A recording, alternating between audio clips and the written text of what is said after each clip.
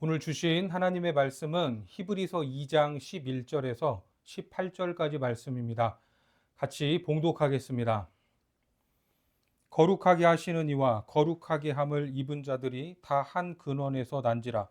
그러므로 형제라 부르시기를 부끄러워하지 아니하시고 이르시되 내가 주의 이름을 내 형제들에게 선포하고 내가 주를 교회 중에서 찬송하리라 하셨으며 또다시 내가 그를 의지하리라 하시고 또다시 볼지어다 나와 및 하나님께서 내게 주신 자녀라 하셨으니 자녀들은 혈과 육에 속하였음에 그도 또한 같은 모양으로 혈과 육을 함께 지니심은 죽음을 통하여 죽음의 세력을 잡은 자 곧 마귀를 멸하시며 또 죽기를 무서워함으로 한평생 매여 종노릇하는 모든 자들을 놓아주려 하심이니 이는 확실히 천사들을 붙들어 주려 하심이 아니요 오직 아브라함의 자손을 붙들어 주려 하심이라.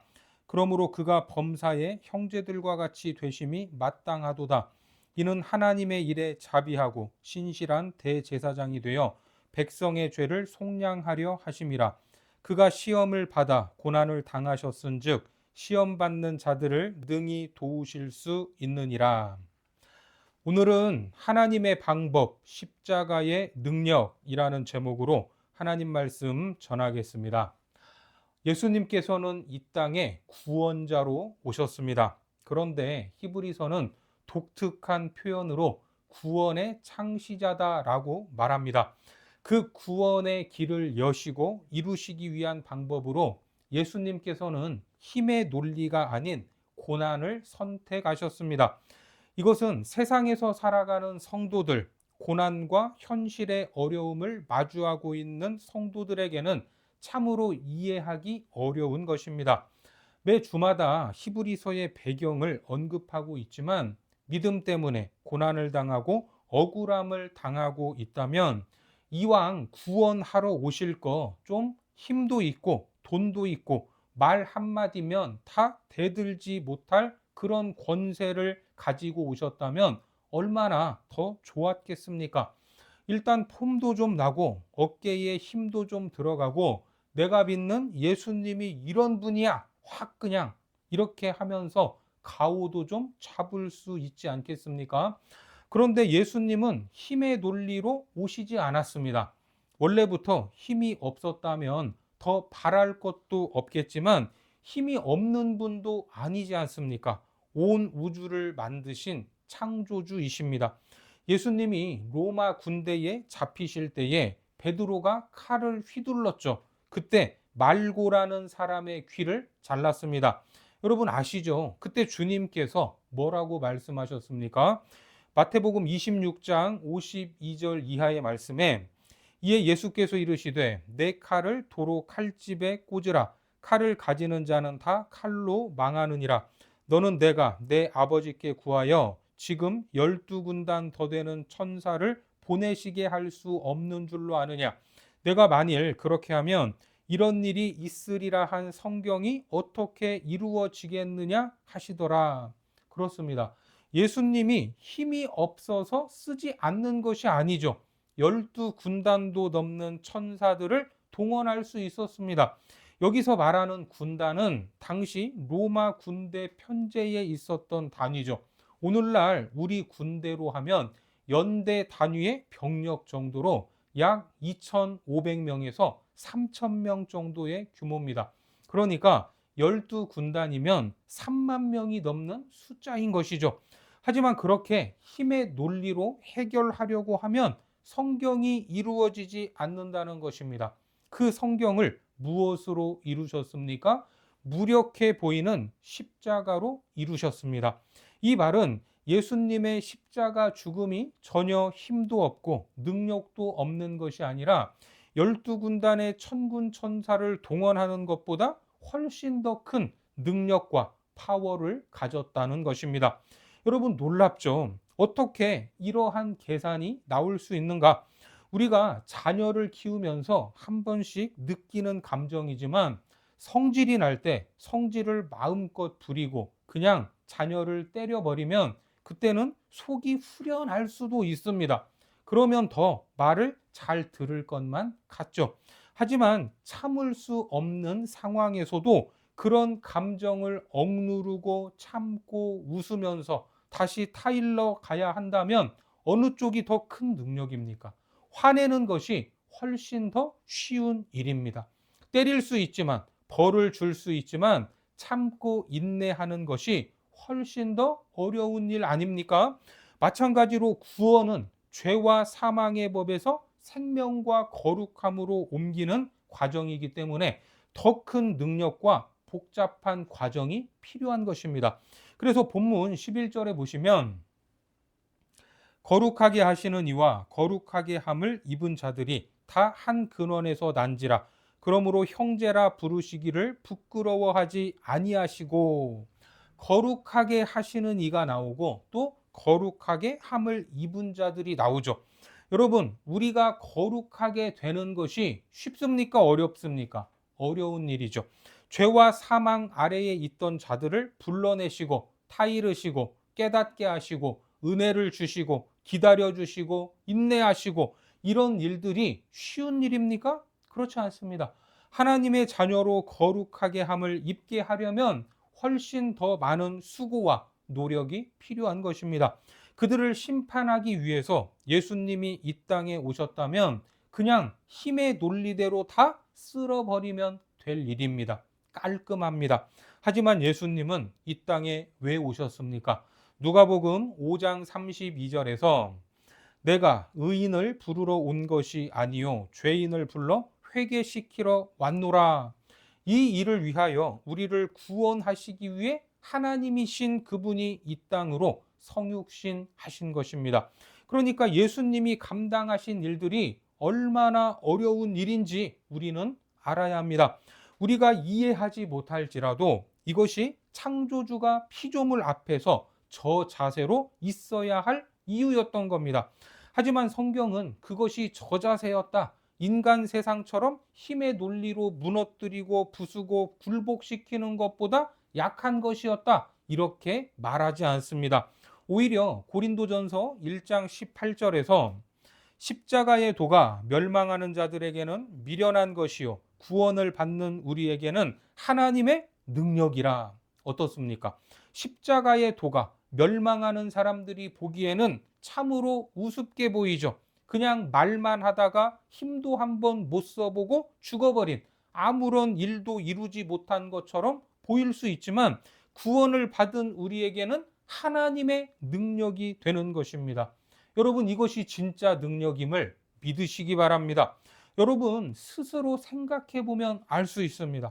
아직도 부족한 것이 많이 있지만 어떻게 나처럼 고집쟁이를 이만큼 변화시킬 수 있다는 말인가? 자기 자신만 생각을 해봐도 놀라지 않을 수 없습니다. 자, 다시 본문 11절을 보시면 거룩하게 하시는 이와 거룩하게 함을 입은 자들이 다 한 근원에서 난지라. 그러므로 형제라 부르시기를 부끄러워하지 아니하시고, 예수님께서 성육신하셔서 이 땅에 오시고 죄와 사망 가운데 있던 우리를 거룩하게 하셨습니다. 그리고 형제로 부르는데 부끄러워하지 않았다고 아시죠? 이 말은 우리를 거룩한 영광의 자리로 이끌었다라는 말입니다. 그렇게 우리를 하나님 아버지 그분으로부터 나온 존재, 한 근원에서 난 존재로 여기는 것입니다. 이것을 믿으시기 바랍니다. 은혜가 무엇입니까? 은혜는 여김을 받는 것입니다.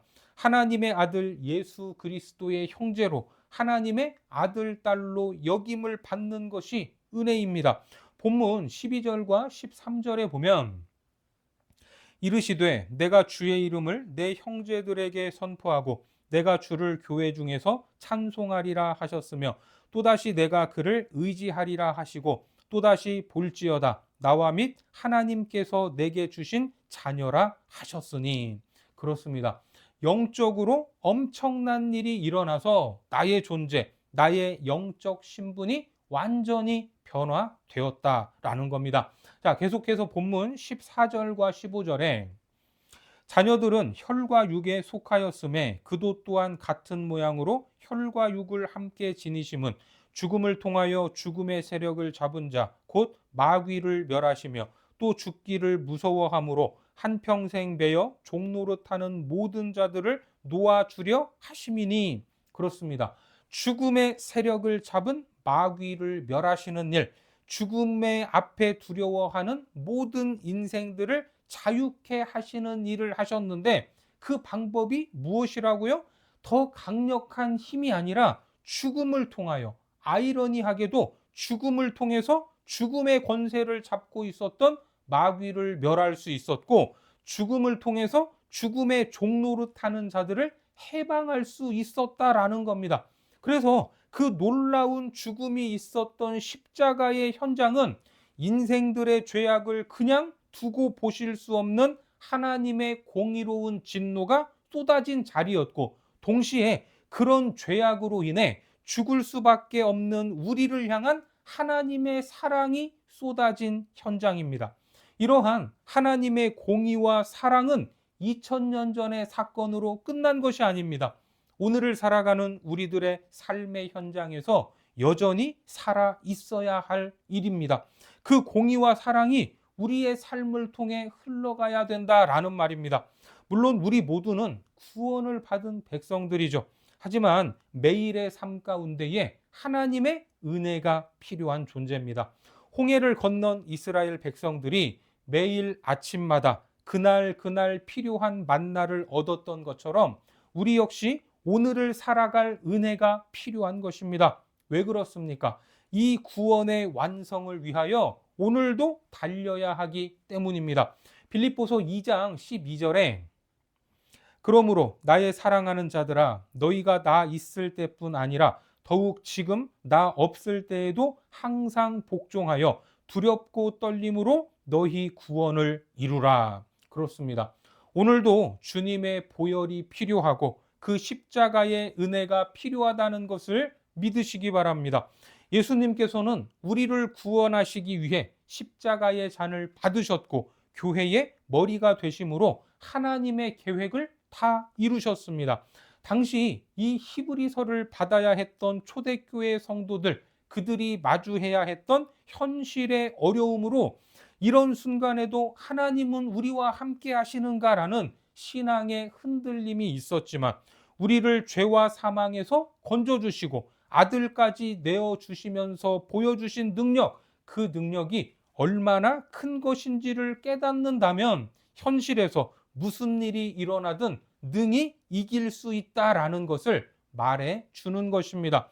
그렇습니다. 에베소서 3장 18절과 19절에 능히 모든 성도와 함께 지식에 넘치는 그리스도의 사랑을 알고 그 너비와 길이와 높이와 깊이가 어떠함을 깨달아 하나님의 모든 충만하신 것으로 너희에게 충만하게 하시기를 구하노라. 이게 무슨 말입니까? 하나님의 사랑과 능력과 정성이 얼마나 굉장한 것인지, 놀라운 것인지 알았으면 좋겠다라는 말이죠.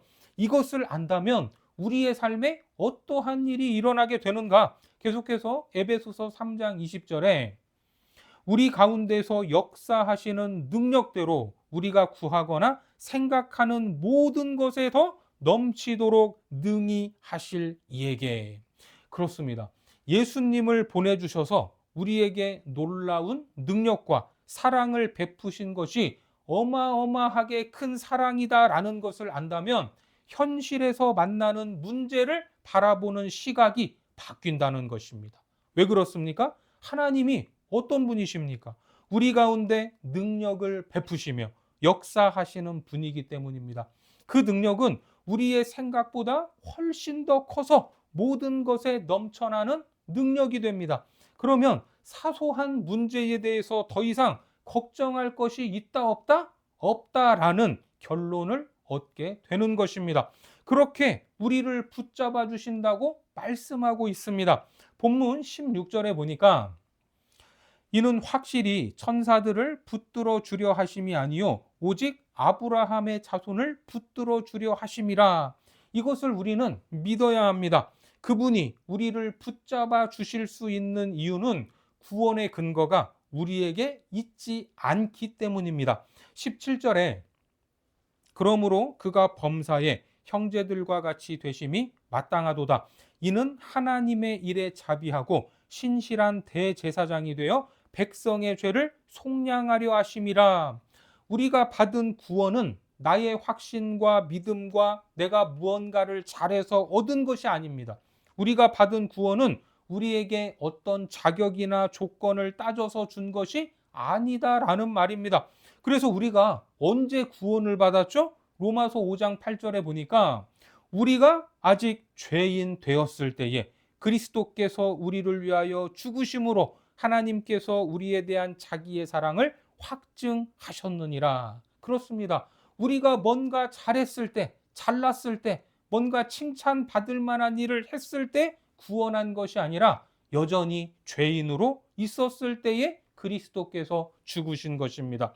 그때 우리는 구원의 구자가 무엇인지도 몰랐습니다. 하나님이 계신지 안 계신지도 몰랐고 하나님에 대해서 관심도 없었습니다. 그냥 내가 내 힘으로 잘 살면 되는 줄 알고 살아가는데 하나님의 아들을 십자가에 못 박아서 나를 구원하셨다라는 말입니다. 우리가 받은 구원이 이런 것입니다. 나에게 근거가 없습니다. 오직 하나님의 놀라운 사랑과 긍휼, 그분의 성실하심과 변치 않으시는 마음 때문에 받았다라는 겁니다. 그렇게 우리가 구원을 받았다면, 그렇게 해서 하나님의 자녀가 되었다면 이 땅을 살아가는 매 순간마다 직면하게 되는 어떠한 문제일지라도 걱정할 것이 있다 없다? 없다는 것입니다. 우리가 받은 구원이 얼마나 놀라운 것인지, 우리 삶에 얼마나 큰 능력인지 확실히 믿으시기 바랍니다. 본문 18절을 보겠습니다. 그가 시험을 받아 고난을 당하셨은즉 시험 받는 자들을 능히 도우실 수 있느니라. 여기서 시험 받는 자들을 능히 도우신다라는 말은 우리에게 시험도 없고 환난도 없게 해주시겠다라는 말이 아니죠. 예수님을 핍박하던 사울이 부활하신 예수님을 만난 후에 이방을 위한 사도로 부르심을 받죠. 그리고 1차, 2차, 3차에 걸친 전도 여행을 하지만 그 길이 얼마나 위험하고 고난이 많은 길이었습니까? 예수님이 하라고 했다고 해서 그 길이 꽃길인 것이 아닙니다. 그렇죠. 예수님의 제자들도 그런 적이 있었습니다. 마태복음 14장 22절과 24절에 예수께서 즉시 제자들을 재촉하사 자기가 무리를 보내는 동안에 배를 타고 앞서 건너편으로 가게 하시고 배가 이미 육지에서 술이나 떠나서 바람이 거스름으로 물결로 말미암아 고난을 당하더라. 제자들이 요나처럼 말 안 듣고 어디로 도망을 가다가 풍랑을 만난 것이 아니죠. 분명히 예수님이 가라고 재촉을 하셨고 거기에는 사랑하는 제자들이 타고 있었습니다. 그런데 바람이 불고 파도가 일어나 배가 뒤집힐 것만 같았습니다. 바람이 거스르고 물결로 말미암아 고난을 당하더라. 여러분, 이것이 그리스도인들의 삶이라는 걸 알아야 합니다. 주님이 우리를 사지로 몰아 넣은 것처럼 보이지만 어떻게 하셨습니까? 물 가운데로 찾아오셨습니다. 마태복음 14장 25절에 밤 사경에 예수께서 바다 위로 걸어서 제자들에게 오시니, 우리는 이미 배 안에서 주님과 동행하는 법을 배워야 합니다. 이 배 안에서. 그러니까 예수님이 큰 능력이 있으시고 고난 가운데 찾아오시지만 현실에 대한 해결책을 즉각적으로 주시지 않죠. 그 이유가 무엇입니까? 로마서 12장 2절에 너희는 이 세대를 본받지 말고 오직 마음을 새롭게 함으로 변화를 받아 하나님의 선하시고 기뻐하시고 온전하신 뜻이 무엇인지 분별하도록 하라. 우리가 몸담고 있는 이 세대를 본받지 말라고 합니다. 어쩌면 우리가 동경하고 있는 이 세대는 권력으로, 돈으로, 군사력으로 모든 것을 해결하고 원하는 것을 얻으려고 하고 있지만 하나님은 그런 것으로 문제를 해결하시는 분이 아니다라는 말입니다. 오히려 하나님이 가지고 계신 선하시고 기뻐하시고 온전하신 뜻이 무엇인지 우리는 분별하라고 합니다. 그것을 분별하기 위해서는 어떻게 해야 합니까? 마음을 새롭게 함으로 변화를 받는 것입니다. 이것이 하나님의 방법이기 때문에 우리가 살아가는 것이 고달프고 고난이 많은 것입니다. 이 고난은 그냥 힘들고 끝나는 것이 아니죠. 그런 고난을 통해서 우리의 마음을 새롭게 하실 것입니다. 하나님이 기뻐하시는 거룩함에 이르게 한다는 겁니다. 현실의 고난을 통해 우리의 영혼을 일깨우고 변화시키는 도구로 사용하고 계십니다. 이러한 거룩의 훈련을 하시려고 이 땅에서 우리에게 시간을 주시고 기회를 주고 계시는 겁니다. 우리가 어떻게든지 현실의 고통을 줄여달라고 해결해 달라고 요구하고 거기에 관심이 많이 있지만 하나님은 우리가 마음을 새롭게 하고 변화되고 거룩함에 이르는 것을 원하고 계십니다. 따라서 우리는 세상의 삶이 좀 고달프고 힘들어도 합력하여 선을 이루어 가시는 하나님, 우리를 구원하시고 가장 좋은 것을 주시기 원하시는 하나님의 계획과 목적을 위해서 이러한 환경에 내가 놓여 있구나라는 것을 믿어야 합니다. 우리를 위해서 아들을 내어주신 하나님이 무엇인들 우리에게 아깝겠습니까? 무엇을 아끼겠습니까? 우리를 절대로 실패의 길로 인도하시는 분이 아닙니다. 지금도 성령님을 보내주셔서 지켜주시고 말씀으로 깨닫게 하셔서 거룩하게 만들어 가십니다. 시험과 고난을 당하신 예수님이 우리를 홀로 두지 않으시고 우리의 심정을 가장 잘 아시고 우리의 삶에서 함께 하신다라는 걸 기억하기 바랍니다. 고달픈 삶 속에서 느끼는 우리의 슬픔과 분노, 억울함과 한숨, 눈물과 고통을 다 겪으신 분이 바로 예수님이십니다. 그래서 예수님이 우리와 동행하시면 우리는 고통 가운데서 치유함을 받을 수 있습니다. 그 주님과 동행하며 우리가 마주한 모든 상황을 통해 하나님이 기뻐하시는 거룩함에 이르기를 주님의 이름으로 축원합니다. 기도하겠습니다. 하나님, 십자가의 능력은 무력하고 연약한 것이 아닌 세상의 모든 권세와 능력을 압도하는 힘인 줄 믿습니다. 고난과 죽음을 통해 이기신 그 능력이 고난 중에 있는 우리에게 지금도 유효하다는 것을 깨닫게 하시니 감사합니다. 시험과 고난을 당한 주님께서 우리 삶에 찾아오셔서 동행하시고 치유하시는 은혜를 경험하게 하셔서 새로운 마음으로 그 사랑과 능력 안에서 담대하게 하시고 하나님의 거룩하심을 닮아가게 하여 주옵소서. 예수님의 이름으로 기도드립니다. 아멘.